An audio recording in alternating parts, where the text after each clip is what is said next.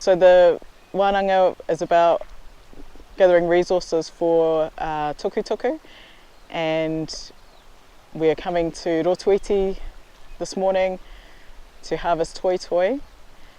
Then we'll go over to Rotoroa, another significant lake to our people, and harvest Raupō, and then we'll go up the maunga and collect the tikamu.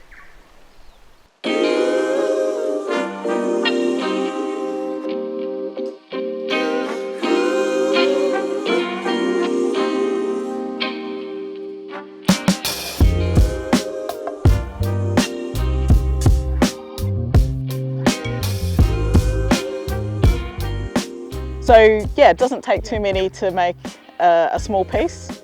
You know, in terms of building up stock for our wharenui, we'll, you know, just start collecting each year and putting some aside, so build up that stock for when we get the wharenui going, and we'll be able to have, you know, pieces, decent long ones, similar to what we've seen in our other marae, you know, like whakatū marae, and then you'll get more and more. I actually even noticed from last year when we did a harvest that there's more.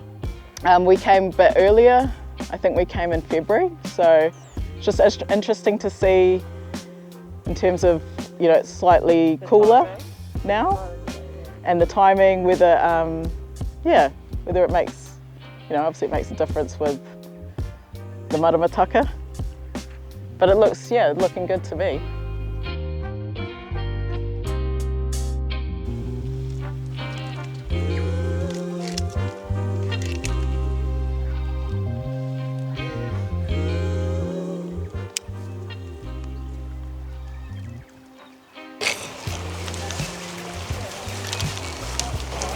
Here's another one.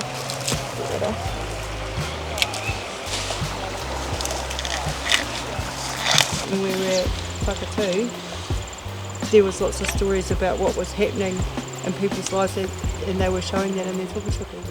Explaining it to us, right? And even like contemporary stories. Yeah, you know, about, you know. Yeah, that were more current. Yeah. So some of our whānau here haven't really been to this place before. And so it's not just connecting whānau to how we gather these resources for making tukutuku, but also connecting them to this whenua.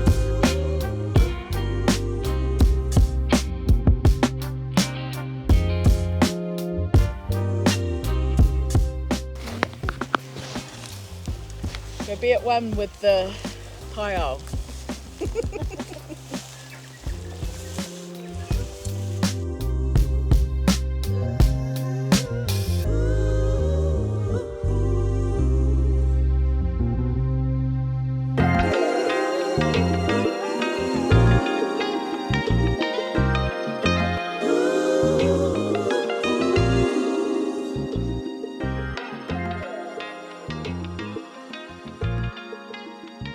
Some of it's all good to harvest, but yeah, we are on the tail end of the season, and you know, over the next month it'll start dying off. Right. Yeah, so I wouldn't leave it any longer. But we came in February last time. And it was thriving. Yeah, like you can already see touches of brown on the tips of the roe. You know, like, but it's still good for what we're doing.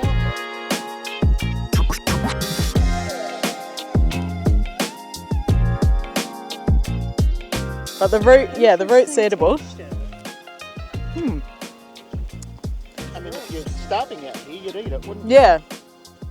Yeah, it's not bitter. Wonder what it's like cooked. Yeah. We'll take that piece back and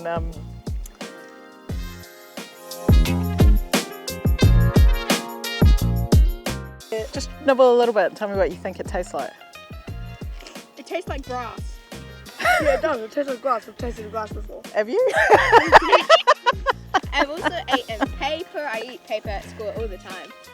Especially when I don't want to do my homework, I just eat the homework. True story, I do. Oh my god, my feet are completely stuck. What has become of our kids these days? Oh, maybe we just have better taste buds than you. Or no taste buds.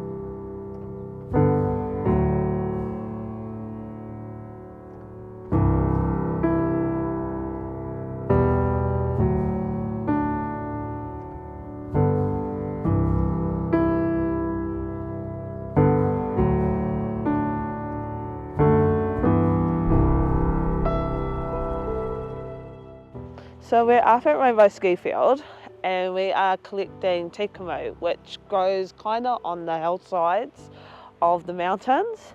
Well, essentially we're looking for the outer leaves that haven't died off yet. And once you pull it off, the underside is the piece that we weave with.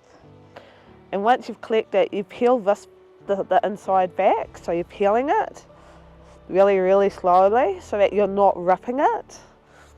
So it takes a bit.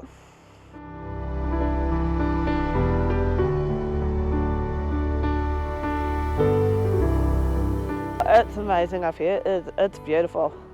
Like, the scenery and the view is to die for, I tell you.